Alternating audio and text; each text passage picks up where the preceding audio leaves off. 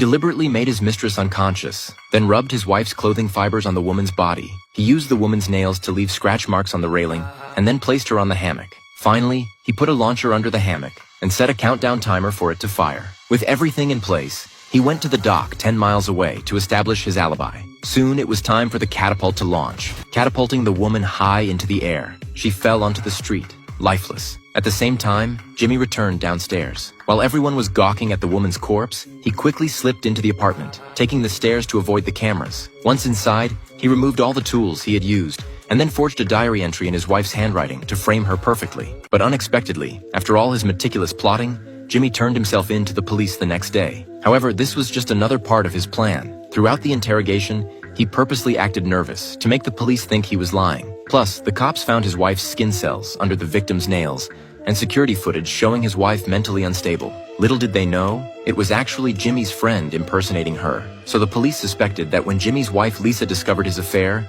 she had a psychotic break and decided to kill the woman. Even more shocking was that the dead woman had actually been hired by Lisa. Lisa had paid her a large sum to pose as a tenant and rent the empty apartment above them in order to get close to Jimmy and seduce him. Jimmy quickly succumbed to temptation. That night, when he received the rent money from the woman, he was surprised to find only $5. He rushed upstairs to confront her, but she was already waiting with wine, having planned to use her body to pay the monthly rent. Jimmy, already quite lecherous, couldn't resist her advances and spent the night with her. When he returned home, he told Lisa he had been working late at the office, but she didn't expose his lie. Her plan was to have the woman record a video of Jimmy's infidelity and post it online to ruin the reputation of the famous writer. This would give Lisa legitimate grounds for divorce and allow her to walk away with their entire $1 billion fortune.